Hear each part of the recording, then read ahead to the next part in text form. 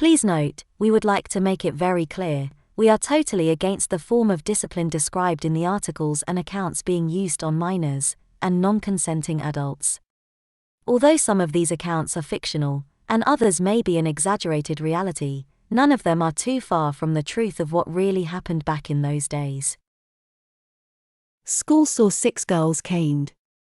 It's from 1961 when a headmistress caned some girls in front of the school. It took place in Essex. Now then, we have discussed Essex in the past. It seemingly was quite a hive of activity with SCP, pupil parental discontent over uniforms, pupil sit-ins, etc. I like this one, regardless of whether I support it or not. Regarding my own school days, would some agree with me that teachers, not all, taught by fear? Or was it, in some cases, merely an act? Get stuck into the kids on the first day of term, and assert your authority. We had a teacher called Mr. Ruffwell, who seemed high up in the chain of command at my primary school. I was quite new at the school and I quickly learned that this chap had a fearsome reputation. He scared the hell out of me.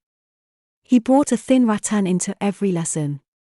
It would be placed on his desk for all to see. One day I notices clear tape secured around both ends. I whispered to the boy next to me, "Why so?" The boy said, quote, "So that it hurts more." Of course, I now know the reason for the clear tape. Cane split at the ends. Thus tape is used to keep the implement safe to use. So he did have a caring side, eh? But to a boy of 9, I didn't know that. So for me, he, like many others, was taught by fear, and it held me back.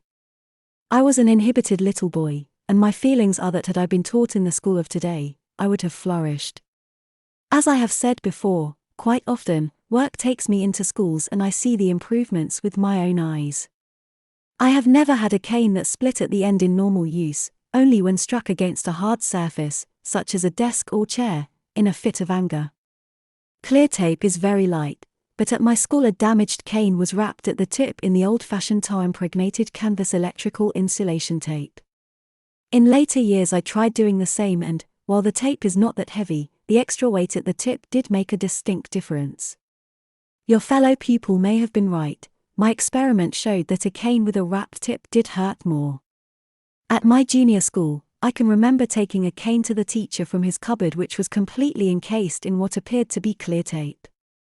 It was bendy but not springy. I assume originally it was a standard bit of bamboo garden cane adapted for school, and after excessive use in its new purpose it started to split or crack, but the teacher still liked it. One of the headmaster's shorter canes had red, elastoplast, tape about an inch long wrapped around one tip. We never thought it made any difference to the amount they hurt. Administering canings in front of the school is not without hazards. What if you botch the operation, or if one or more of the culprits are not compliant or openly defiant? What do you do if one of the criminals takes their chastisement badly or seizes the cane and beats you about the head and face? Public canings that go wrong could end a career and force you to leave the country.